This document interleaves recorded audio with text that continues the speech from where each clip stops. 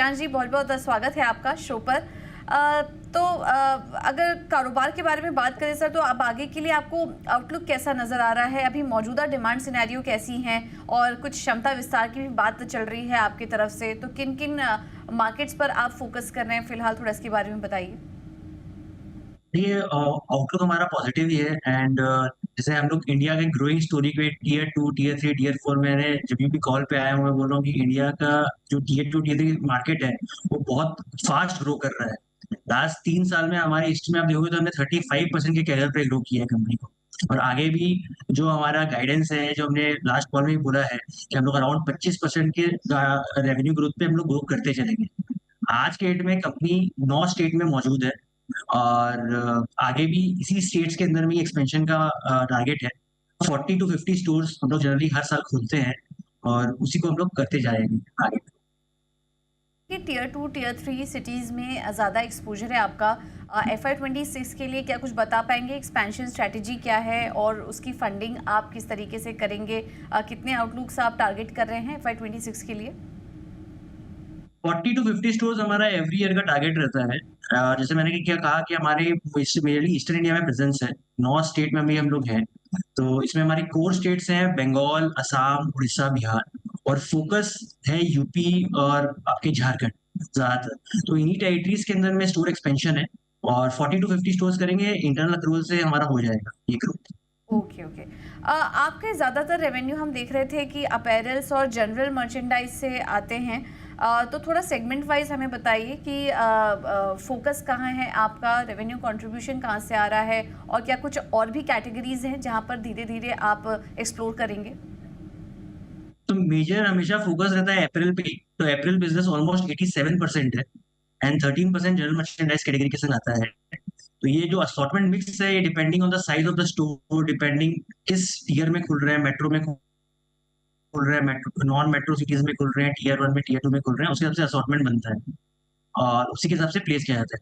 Category focus garments पे ही रहेगी, garments पे ही जो कैटेगरी फैशन में इन है, ट्रेंड है, हमारा टीम है, 300 लोगों की टीम है बैकएंड में कलकत्ता में हेड ऑफिस से, जो पूरी और 60 पीपल की टीम है specifically on the purchasing side, जो दिन रात मेहनत करती है, देखती है क्या ट्रेंड फॉलो हो रहा है, उस हिसाब से कैटेगरी में एडिशन करना है या कुछ क्वांटिटी में एडिशन करना है उस कैटेगरी के अंदर में, डिपेंडिंग ऑन द ट्रेंड वो हमेशा किया जाता है सीजन से पहले। हम ये पढ़ रहे थे कि आपके पोर्टफोलियो में करीब 10 प्राइवेट लेवल्स हैं, प्राइवेट लेबल्स हैं जो कि आपके रेवेन्यू में ज़्यादातर कंट्रीब्यूट करते हैं। आने वाले समय के लिए क्या प्लान है आपका? क्योंकि जिस तरीके से फैशन इंडस्ट्री में हम देख रहे हैं कि कंपटीशन बढ़ रहा है, जो आपके लेबल्स हैं वो किस तरह से परफॉर्म कर रहे हैं यहाँ पर, और गोइंग अहेड कंपटीशन कैसे देख रहे हैं आप, और उसे फेस करने की क्या स्ट्रैटेजी होगी आपकी? तो हमारा टोटल बिजनेस का 45% रेवेन्यू जो है वो प्राइवेट लेवल से आया है, ये लगातार ग्रो कर रहा है। हमारे 10 प्राइवेट लेवल में हमारा एक लेबल है स्क्वायर अप, जो कि 200 करोड़ प्लस का रेवेन्यू कर चुका है पिछले लास्ट फाइनेंशियल ईयर के अंदर में, 24-25 के अंदर में। और ये स्ट्रेटेजी यही है कि प्राइवेट लेवल पे फोकस कर रहे हैं, जितने अच्छी डिजाइनिंग दे सके, जितने कम प्राइस पे उतार के क्वालिटी के संग मेंटेन करके वर्किंग कर सके, उसी पे फोकस है कंपनी की और कंपनी कंटिन्यू उसी पे लगी हुई है करने। कंपटीशन देखिए, मेरे को लग रहा है competition is good for the market, because कहीं ना कहीं मार्केट एक्सपेंड होता है। और एज ऑफ नाउ मैं बोल भी रहा हूँ तो टियर 2, टियर 3 के अंदर में आप समझो कि एक सिटी में एवरेज में 2 से 3 ही दुकानें हैं ऑर्गेनाइज लेवल पे, जबकि अनऑर्गेनाइज पेनिट्रेशन बहुत हाई है।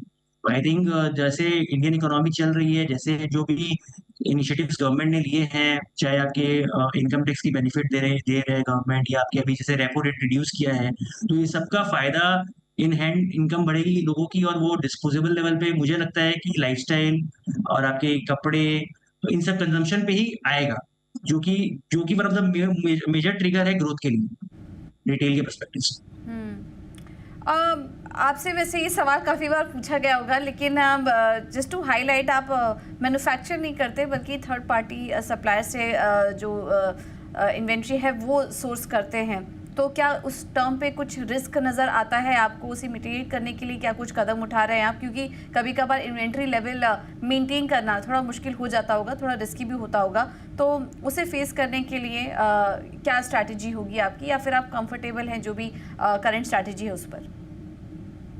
आई थिंक हम लोग मोर देन कंफर्टेबल है करंट स्ट्रेटजी में, बिकॉज क्या है कि जो भी हमारे वेंडर्स है क्योंकि कंपनी ग्रो कर रही है तो वो भी हमारे संग ग्रो ही कर रहे हैं।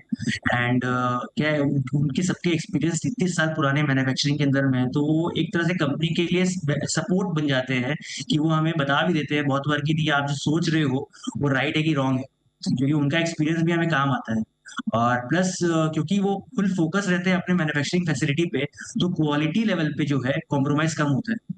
और हमें एज अ रिटेलर, जो हम ग्रोथ फेज में हैं और हमें ग्रोथ रिटेल पे ही करनी है, तो हम लोग अपने आप को we don't want to divert, हम डाइवर्ट नहीं करना चाहते हमारा अटेंशन मैन्युफैक्चरिंग के लिए के ऊपर में। इससे बेटर है कि उनके संग में मिल के काम कर रहे हैं, उन्हें सपोर्ट दे रहे हैं और वो हमें क्वालिटी और अच्छी प्राइस में माल दे रहे हैं। तो बिल्कुल करंट स्ट्रेटजी से कंफर्टेबल हैं यहाँ पर। कोई भी दिक्कत वाली बात फिलहाल नज़र नहीं आ रही है। बिल्कुल। क्या क्विक कॉमर्स पर भी आप धीरे धीरे फोकस अपना बढ़ाएंगे, क्योंकि हम देख रहे थे कि आपने कुछ प्रोडक्ट्स अपने ब्लिंकिट में कुछ ब्रांड्स हैं जो कि आप ऑलरेडी उसकी बिक्री आप स्टार्ट कर चुके हैं ब्लिंकिट के ज़रिए, तो ये पूरा स्पेस आपको कैसा नज़र आ रहा है और आगे कितनी ग्रोथ आप देख रहे हैं इसके ज़रिए?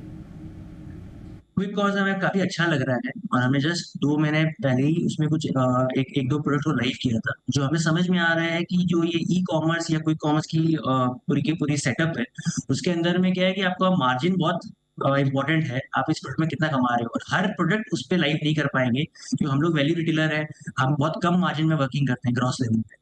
तो सिलेक्टेड एसक्यूज़ जाएँगे लाइव, लेकिन जो एसक्यूज़ जा रहे हैं उसके अंदर में अच्छी आउटपुट दिख रही है। अभी बहुत इनिशियल स्टेज पे है तो मैं नंबर नहीं बता पाऊँगा, बट हाँ, मैं बोल सकता हूँ कि ग्रोथ अच्छी आ रही है एंड गोइंग फॉरवर्ड इस चैनल को हम लोग बढ़ाएँगे।